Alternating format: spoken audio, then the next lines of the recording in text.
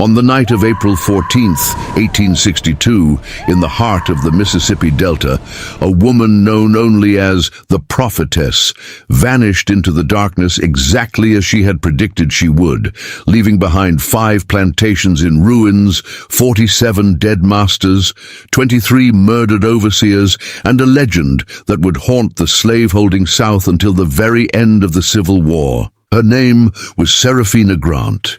And between 1855 and 1862, her apocalyptic visions ignited a chain of bloody rebellions that terrified plantation owners across 3 counties and inspired thousands of enslaved people to believe that divine judgment had finally come for their oppressors. This is the story of how one woman's prophetic dreams became a weapon more powerful than any rifle, how whispered revelations transformed into coordinated violence, and how the most brutal system of human bondage ever conceived met its match in the unwavering faith of those it sought to destroy. Seraphina Grant was born around 1830 on a cotton plantation called Thornhill Manor in Washington County, Mississippi, deep in the heart of the Delta, where the land was flat and fertile, and the Mississippi River carved its serpentine path through soil so rich it seemed to bleed cotton. She was the daughter of 2 field hands whose names have been lost to history, stolen by a system that reduced human beings to property and erased their identities with the stroke of a pen in a ledger book. Her mother died when Seraphina was only 7 years old, collapsing in the cotton fields under the merciless August sun, her heart simply giving out after years of brutal labor that began before dawn and ended long after sunset. Her father lasted 3 more years before he was sold away to a plantation in Louisiana, torn from his daughter's arms on a cold November morning, while Seraphina screamed and fought against the iron grip of the overseer who held her back. She never saw him again, never knew if he lived or died, never received a single word about his fate, because enslaved people had no rights to information about their own families, no power to maintain connections across the arbitrary boundaries drawn by white men's property lines. From that moment forward, Seraphina Grant became utterly alone in a world designed to break her spirit, crush her will, and reduce her to nothing more than a tool for generating wealth for people who saw her as less than human. But something inside her refused to break. Some core of steel wrapped in flesh that the overseer's whips could not reach, that the master's cruelty could not diminish, that all the horrors of slavery could not destroy. She grew up in the slave quarters of Thornhill Manor, a collection of crude wooden shacks with dirt floors and gaps in the walls that let in the winter wind and summer heat, structures built with such deliberate shoddiness that they barely deserved to be called shelter. The quarters sat a quarter-mile from the big house, far enough that the master and mistress did not have to see or smell or hear the people whose labor paid for their luxurious lifestyle, close enough that overseers could monitor every movement and punish any hint of independence or resistance. Seraphina worked in the fields from the age of 8. Her small hands learning to pick cotton with the speed and efficiency that meant the difference between a full belly and a whipping, between exhaustion and torture, between survival and death. By the time she reached her teenage years, she could pick 200 pounds of cotton in a single day, her fingers moving with mechanical precision through the bowls, blood from the sharp edges of the cotton plants staining her hands, but never slowing her down, because stopping meant punishment, and punishment meant pain beyond description. The overseer at Thornhill Manor was a man named Jeremiah Blackwood, a tall, thin figure with eyes like chips of ice and a bullwhip that he wielded with the precision of an artist and the cruelty of a demon. He took particular pleasure in breaking the spirits of young enslaved women, targeting those who showed any sign of intelligence or strength or independence, singling them out for special attention that combined psychological torture with physical violence and sexual abuse. Serafina caught his attention when she was 15 years old, not because she had done anything wrong, but because she had done something right, because she had helped an elderly enslaved man who had collapsed in the fields, dragging him into the shade and giving him water from her own meager ration, despite the risk of punishment for stopping work. Blackwood saw this act of compassion as defiance, saw kindness as weakness that needed to be beaten out of her, saw her humanity as a threat to the dehumanizing system he served. He made her life a living hell for the next 3 years, finding excuses to whip her for imaginary infractions, assigning her the hardest and most degrading tasks, subjecting her to verbal abuse that was designed to destroy her sense of self-worth and reduce her to a terrified animal that existed only to obey. But Serafina Grant did not break, did not bend, did not give Blackwood the satisfaction of seeing her spirit crushed beneath his cruelty. Instead, something else began to happen, something that no one could have predicted and that would change the course of history for hundreds of enslaved people across the Mississippi Delta. She began to have visions, dreams so vivid and powerful that they felt more real than waking life. Prophetic revelations that came to her in the darkness of the slave quarters when exhaustion should have pulled her into dreamless sleep. The first vision came on a sweltering July night in 1848, when Serafina was 18 years old, sleeping on the hard wooden floor of the quarters with 20 other enslaved women crowded into a space designed for half that number. She dreamed of fire, walls of flame consuming the big house, while screams echoed through the night and the sky turned red as blood. She dreamed of Jeremiah Blackwood running through the inferno, his clothes ablaze, his face twisted in agony, his bullwhip melting in his hands as divine judgment consumed him. She dreamed of the cotton fields burning, smoke rising in great black columns toward heaven, the crops that had been fertilized with enslaved people's blood and watered with enslaved people's tears, turning to ash and disappearing on the wind. She dreamed of chains breaking, shackles falling away, enslaved people walking free through the ruins of the plantation, while behind them the old world burned and ahead of them stretched a future filled with possibility. When she woke, her body was drenched in sweat despite the night's heat, her heart pounding, her mind reeling from the intensity of what she had seen. And she knew with absolute certainty that what she had witnessed was not merely a dream, but a prophecy.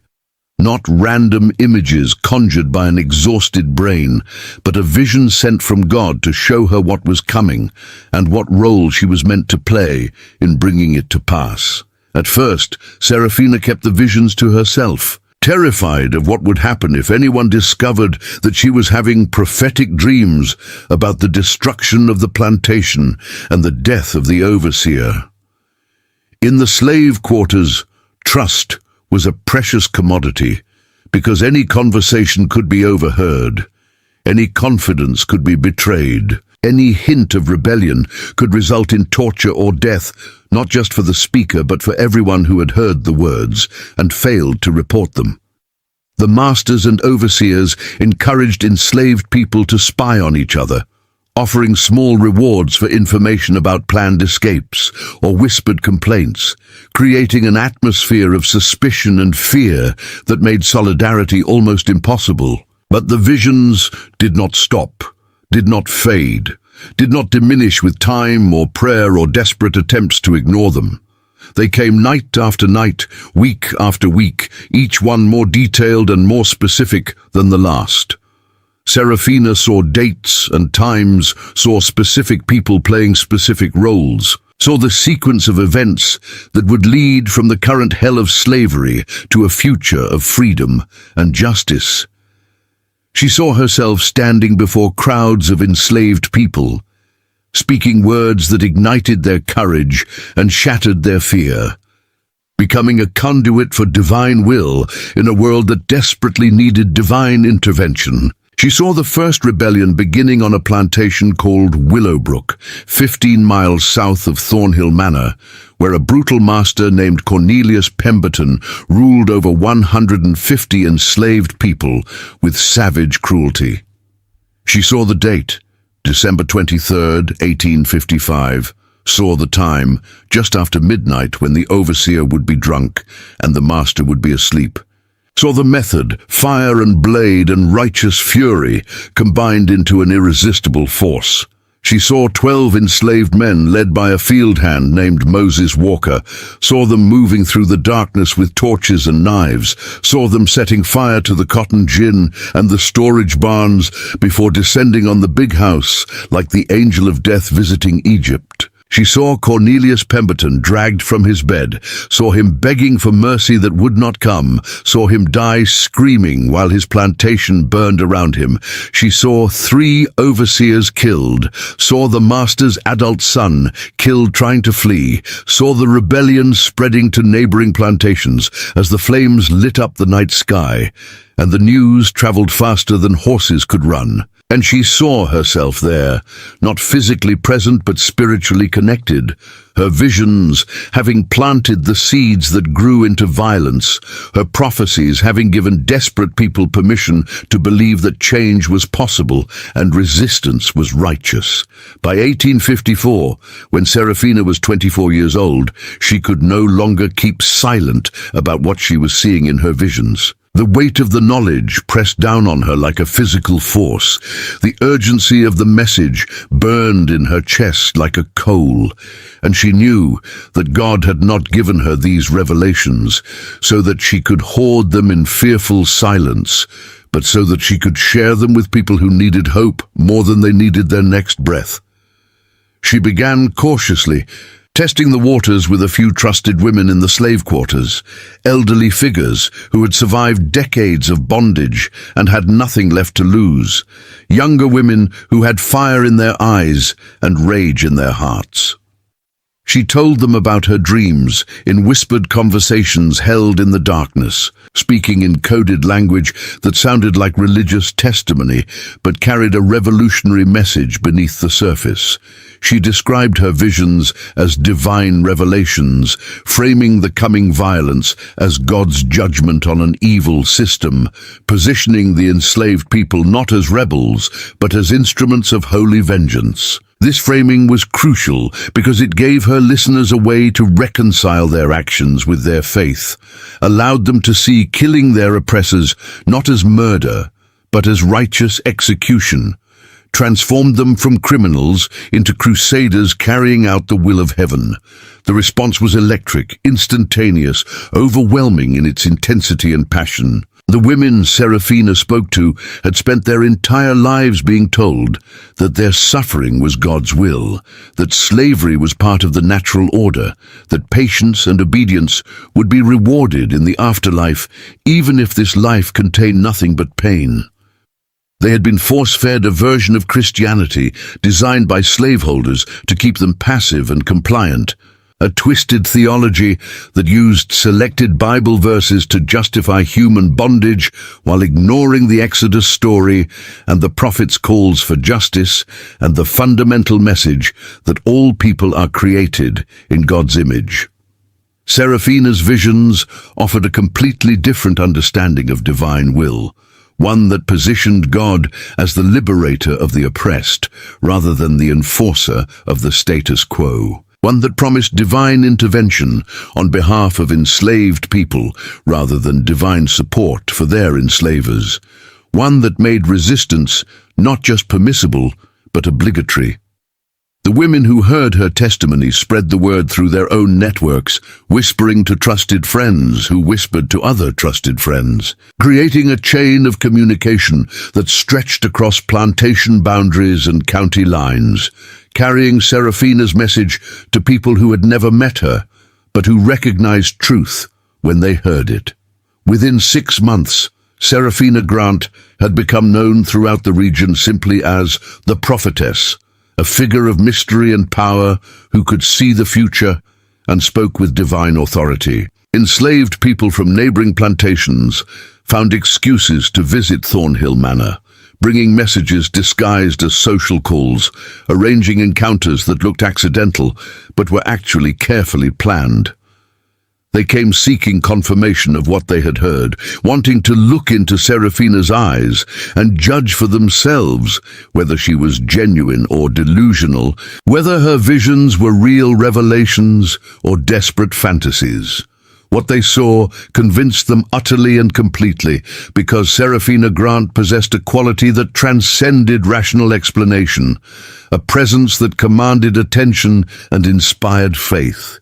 A certainty that burned in her like an unquenchable flame. When she spoke about her visions, her voice changed, deepened, took on a resonance that seemed to come from somewhere beyond herself. Her eyes focused on things that others could not see, looking past the physical world into spiritual realities that ordinary people could only glimpse in dreams. She described events that had not yet happened with such specific detail that listeners felt they were hearing memories rather than predictions. Spoke about people she had never met, as if she knew their innermost thoughts and motivations. Prophesied outcomes that seemed impossible until they came to pass exactly as she had described them. Her first major prophecy that could be publicly verified came in the summer of 1855, when she predicted that a violent thunderstorm would strike Thornhill Manor on August 7th, killing the livestock and destroying half the cotton crop, but leaving the slave quarters untouched. She made this prediction in front of 20 witnesses on July 20th, speaking with absolute confidence, despite the fact that the sky was clear and no rain had fallen for weeks. The enslaved people who heard her waited nervously for August 7th, some believing, some skeptical, all hoping that she was right, because a confirmed prophecy would prove that God was truly speaking through her and that her visions of liberation were not just wishful thinking. On the evening of August 6th, the sky was still clear, the air still and hot, no hint of the storm she had predicted. But shortly after midnight, thunder began to rumble in the distance, growing louder and closer with terrifying speed. By 2 a.m, a storm of unprecedented violence was battering Thornhill Manor, lightning striking with such frequency that the night looked like day, wind tearing shingles from roofs and uprooting trees, rain falling in sheets so thick that visibility dropped to near zero. When dawn finally came and the storm passed, the devastation was exactly as Seraphina had predicted. The master's prized horses dead, struck by lightning in their stables, the cotton crop in the eastern fields flattened and ruined, the big house damaged by falling trees. But the slave quarters stood intact, not a single structure seriously damaged, not a single person injured, as if an invisible shield had protected the very people the system was designed to destroy. The confirmed prophecy transformed Seraphina's reputation from interesting curiosity to genuine prophet, from someone who had vivid dreams to someone who could see the future with impossible accuracy. Enslaved people throughout the Delta began seeking her out, not just to hear her visions, but to receive personal prophecies, to ask about their own futures, to beg for reassurance that liberation would come in their lifetimes. Seraphina accommodated as many of these requests as she could, holding secret meetings in the woods between plantations, gathering small groups in cleared spaces far from the master's eyes and ears, speaking words of hope and fury and divine promise. She told them that the system of slavery was doomed, that its destruction had been ordained by heaven, that the violence and suffering would not continue forever, because God had seen their tears and heard their cries and was preparing to act. She told them that the first blow would fall soon, very soon, before the year ended, that blood would flow and fire would burn, and the comfortable sleep of the slaveholders would be shattered by screams of terror. She told them to be ready, to prepare themselves mentally and spiritually for what was coming, to understand that liberation would require sacrifice and that freedom would be purchased with blood. Most importantly, She told them the specific date and location where the judgment would begin, December 23rd, 1855, at Willowbrook Plantation, when Moses Walker and 11 other enslaved men would rise up and kill their oppressors in an act of righteous vengeance that would echo across the South. Moses Walker was a field hand at Willowbrook, a tall, powerfully built man of 35, who had watched his wife sold away to a plantation in Alabama 3 years earlier and had never recovered from the loss. He was known as a quiet, dependable worker who did his assigned tasks without complaint and showed no signs of rebellion or resistance. Exactly the kind of enslaved person that masters liked because he seemed broken, defeated, stripped of any will to fight back. But inside, Moses Walker was a volcano waiting to erupt, rage and grief churning in his chest every waking moment, held in check only by the knowledge that any act of defiance would result in torture and death. When word of the prophetess reached him through the underground network of communication that connected enslaved people across the Delta, he was initially skeptical, dismissive of the idea that some woman he had never met could see the future or speak for God. But the confirmed prophecy about the storm at Thornhill Manor changed his mind, planted a seed of hope in soil that had seemed too poisoned to support any living thing. If this woman could predict a storm with impossible accuracy, perhaps her other visions were equally reliable. Perhaps the liberation she promised was not just fantasy, but inevitable future reality. He arranged to meet Serafina Grant through intermediaries, traveling to a secret location in the woods on a moonless night in October 1855, approaching the encounter with equal parts hope and suspicion. What happened at that meeting would determine the course of events for the next 7 years and would ultimately lead to the deaths of 47 plantation owners and the liberation of hundreds of enslaved people. Serafina looked at Moses Walker with eyes that seemed to see straight through his skull into his soul, reading his history and his pain and his barely controlled fury with the ease of someone reading a book. She spoke his dead wife's name without being told, described the scar on his back from a whipping he had received at age 12, told him things about his own life that no one else could possibly know. Then she told him about the vision she had seen, the prophecy that featured him as the central figure, the divine plan that called for him to lead 11 other men in a night of blood and fire that would strike terror into the hearts of slaveholders throughout the South. She described the sequence of events in meticulous detail, how they would gather weapons in secret, how they would wait until Cornelius Pemberton's Christmas celebration had left the overseers drunk and careless, how they would set fires to create chaos and confusion, how they would move from building to building, killing everyone who had profited from enslaved people's suffering.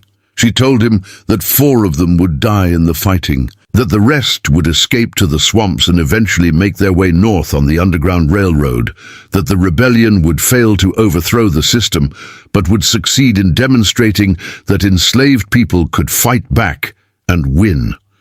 Moses Walker listened to every word, his heart pounding, his mind racing, his entire being vibrating with the terrible possibility that this woman was offering him. For 3 years, he had lived with the unbearable weight of his wife's absence, the knowledge that she was suffering somewhere beyond his reach, the crushing guilt that he had been powerless to prevent her sale or to follow her or even to say a proper goodbye. The grief had turned to rage, the rage had turned to hatred, and the hatred had been eating him alive from the inside because he had no outlet for it, no way to strike back at the people who had destroyed his life.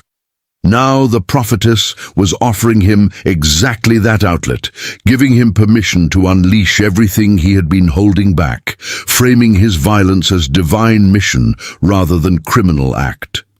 More than that, she was telling him that his actions would matter, that his rebellion would inspire others, that his sacrifice would contribute to the eventual destruction of the entire system. It was everything he had been unconsciously waiting for, the permission and the plan and the promise that his death would have meaning. He agreed immediately, without hesitation, without bargaining or questioning or asking for more details. He would do exactly what the prophetess had seen in her vision, would gather the 11 men she had named, would strike on the date she had specified, would become the instrument of divine vengeance even if it cost him his life. The 2 months between that meeting and the appointed date of the rebellion were the most terrifying and exhilarating period of Moses Walker's life.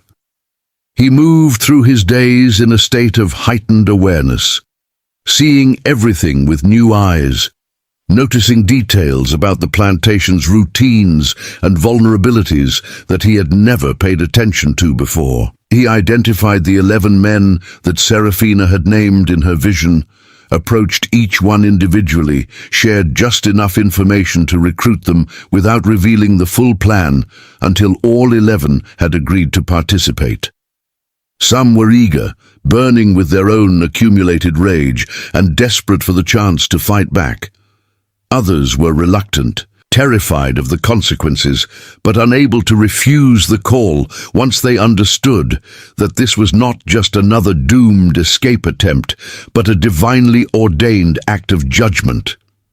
Moses assured them that the prophetess had seen the future, that she knew exactly what would happen, that 4 of them would die, but the rest would survive and escape and live to tell the story. He did not tell them which 4 would die, did not know himself, understood that this information would paralyze rather than motivate them. They gathered weapons slowly and carefully, stealing knives from the plantation kitchen one at a time, fashioning crude spears from broken farm tools, hiding everything in a cache deep in the woods where the overseers never ventured. They observed the patterns of the guards and overseers, noting when they were alert and when they were careless, identifying the exact window of opportunity that would give them the best chance of success. They studied the layout of the big house, memorizing which rooms contained which occupants, planning their attack with military precision despite having no military training. Most importantly, they prepared themselves mentally and spiritually for what they were about to do, spending long hours in prayer and meditation, seeking divine confirmation that what they were planning was righteous rather than evil, that killing their oppressors was justice rather than murder. The prophetess's visions provided that confirmation, gave them a framework for understanding their violence as holy rather than criminal, allowed them to see themselves as executioners carrying out God's judgment rather than as rebels violating human law. December 23rd, 1855, arrived cold and clear, the winter sky brilliant with stars that seemed closer and brighter than usual.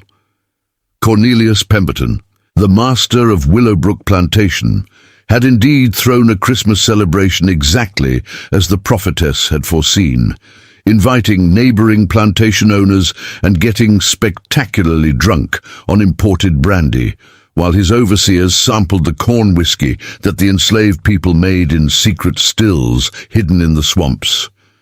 By midnight, every white person on the plantation was either unconscious or too impaired to pose any serious threat. The 12 men gathered in the darkness, their hearts pounding, their hands trembling not with fear, but with anticipation, with the terrible joy of people who have been given permission to unleash years of accumulated rage. Moses Walker said a prayer, asking God to guide their hands and strengthen their resolve and welcome into heaven the 4 who would die this night. Then they lit their torches, hefted their weapons, and moved toward the buildings that represented everything they hated about the world into which they had been born. The cotton gin went up first, flames leaping high into the night sky, the dry wood and stored cotton providing perfect fuel for an inferno that could be seen for miles. The storage barns followed, years of harvested cotton turning to ash in minutes, months of enslaved people's labor literally going up in smoke. The fires served multiple purposes. They destroyed the economic foundation of the plantation. They created chaos and confusion that made coordinated defense impossible. And they announced to everyone in the region that something unprecedented was happening, that the natural order was being violently disrupted, that the slaves had risen. With the fires blazing behind them, the 12 men descended on the big house like the vengeance of an angry god. They found Cornelius Pemberton passed out in his study, dragged him into the front yard, and ended his life with a brutality that matched everything he had inflicted on them during his years as their master. They killed his adult son, Harrison, who came stumbling out of the house with a rifle, cutting him down before he could get off a shot. They killed 3 overseers who tried to organize resistance, showing no mercy to men who had shown them none.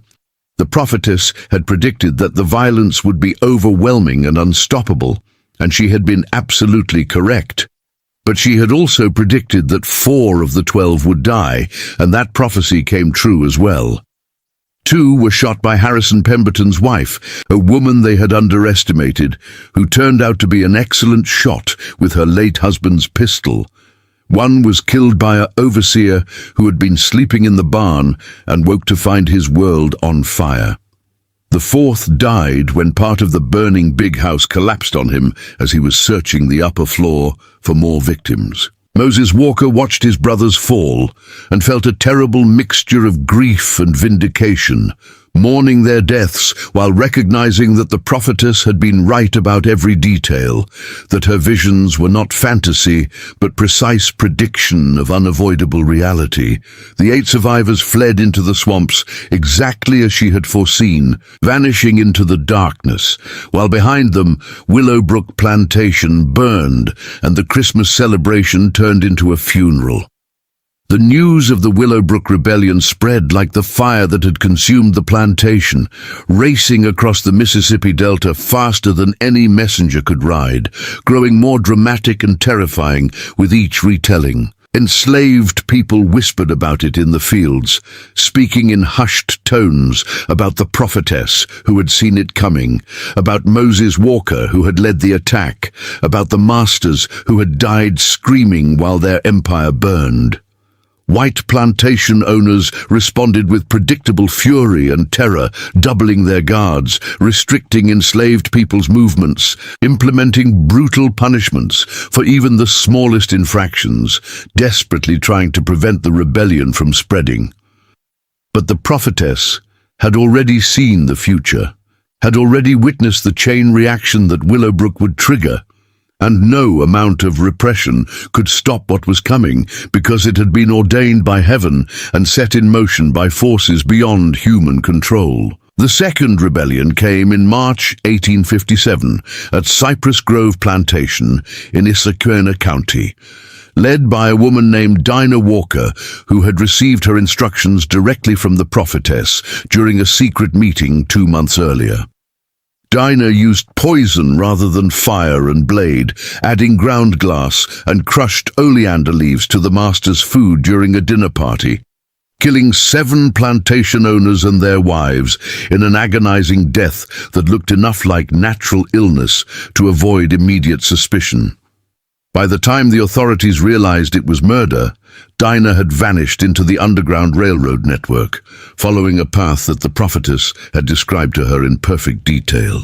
The third rebellion came in August 1858 at Magnolia Ridge, where 20 enslaved men ambushed and killed 11 overseers during a cotton harvest, then set fire to the entire crop before disappearing into the night.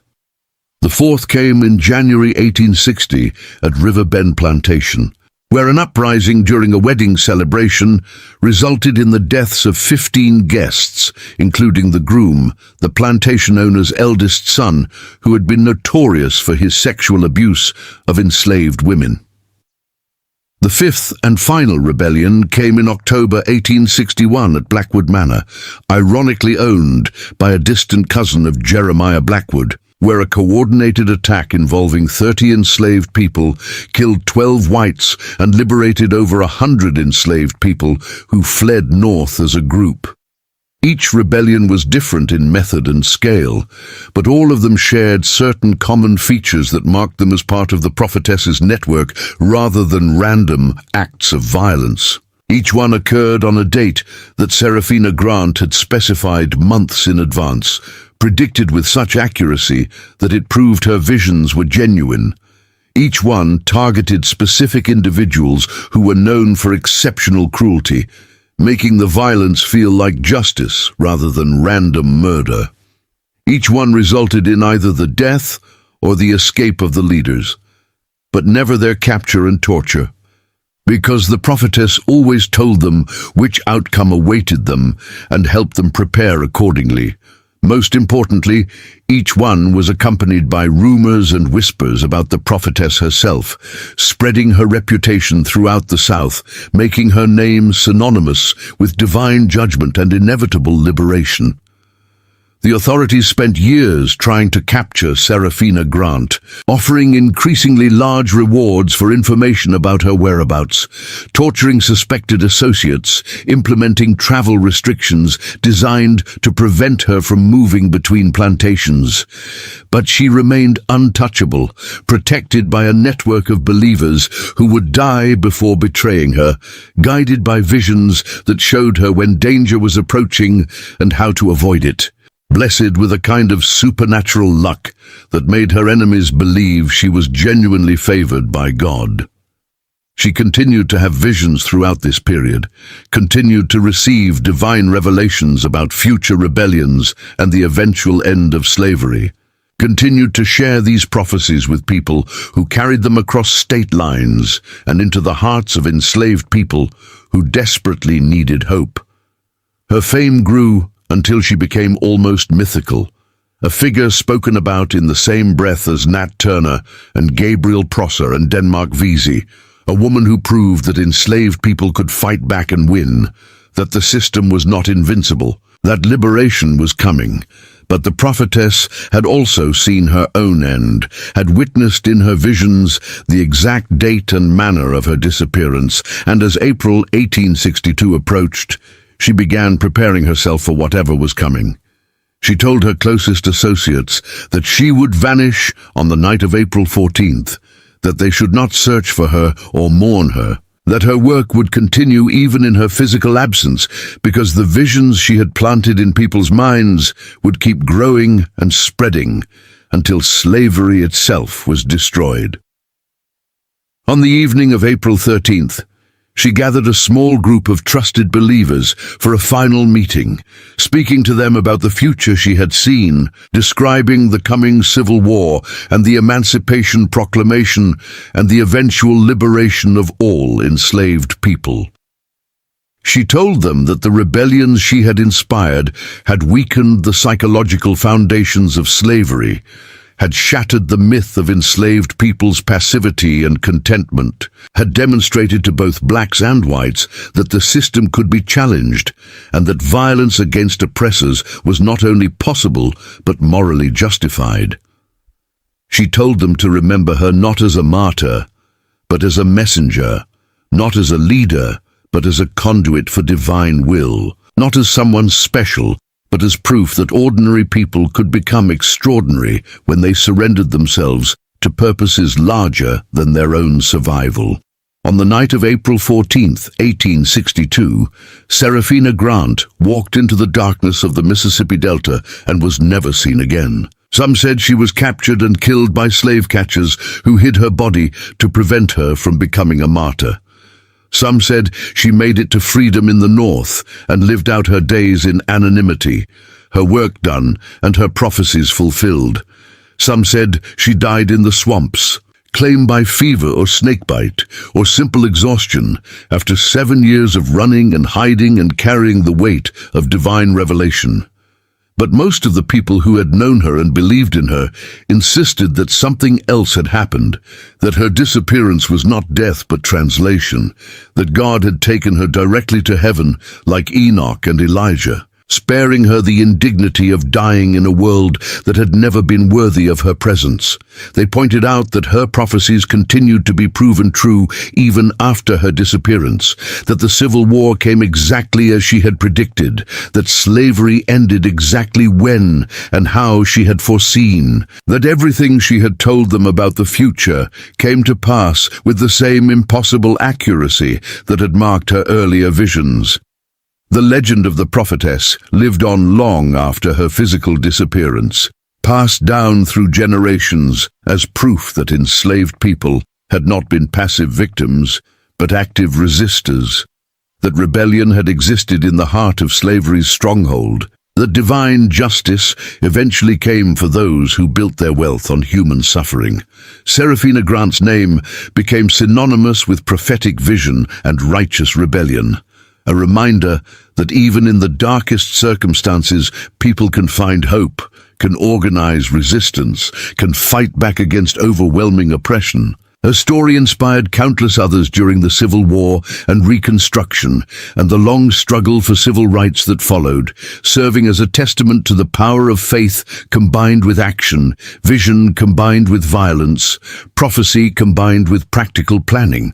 She proved that one person with divine conviction could ignite a movement that would ultimately help topple an empire, that visions dismissed as delusions by the powerful could become reality through the coordinated action of the powerless, that the most brutal system of oppression ever devised could be challenged and ultimately destroyed by people who refused to accept their assigned role as property and instead claimed their identity as human beings created in the image of God.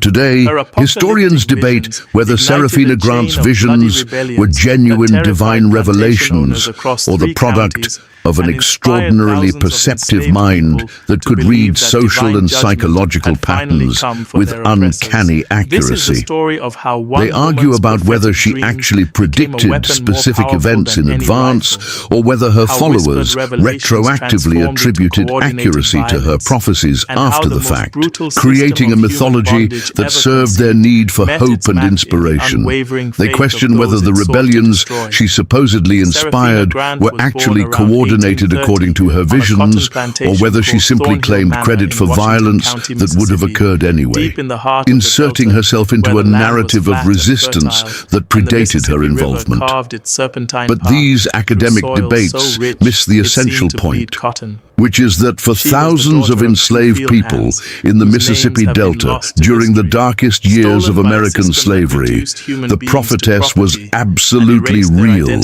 and her visions were absolutely true, and her prophecies gave them the courage to fight back against a system designed to crush their spirits and destroy their humanity. Whether her powers came from God, or from genius, or from some combination of both, the result was the same.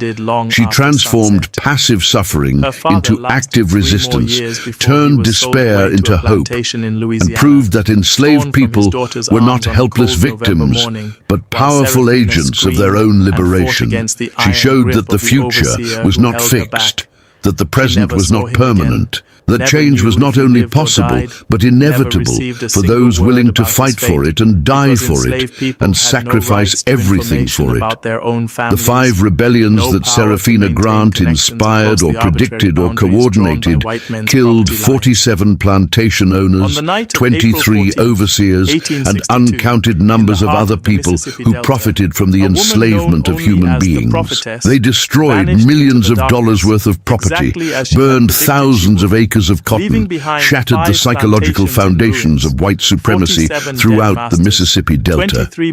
They inspired countless other acts of resistance that were never recorded, gave hope to people who desperately needed it, demonstrated that rebellion was possible even in the heart of slavery's stronghold.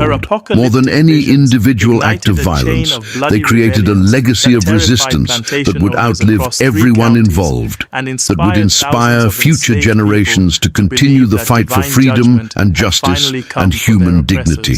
Serafina Grant became more than a person, became a symbol and an inspiration and a reminder that no system of oppression is permanent, that no empire is invincible, that faith and courage and prophetic vision can move mountains and topple kingdoms and liberate millions.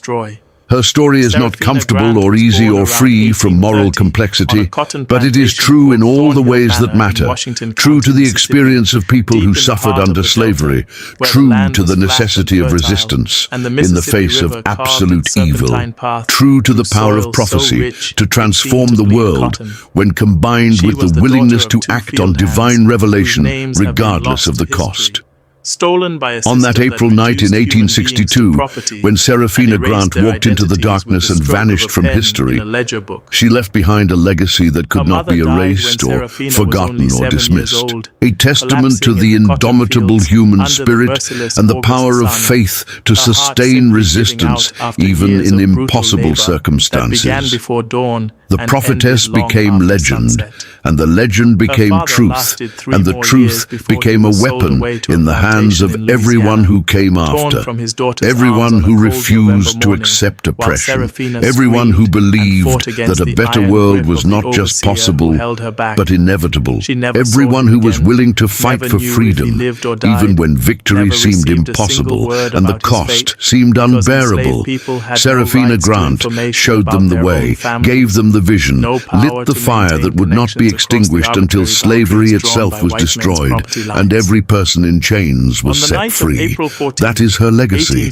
That is her gift to history. That is why her story matters more than a century and a half after she disappeared into the Mississippi night, why it will continue to matter as long as people remember that resistance is possible and liberation is worth fighting for, and prophetic vision can change the world. Until the very end of the Civil War. Her name was Serafina Grant, and between 1855 and 1862, her apocalyptic visions ignited a chain of bloody rebellions that terrified plantation owners across 3 counties and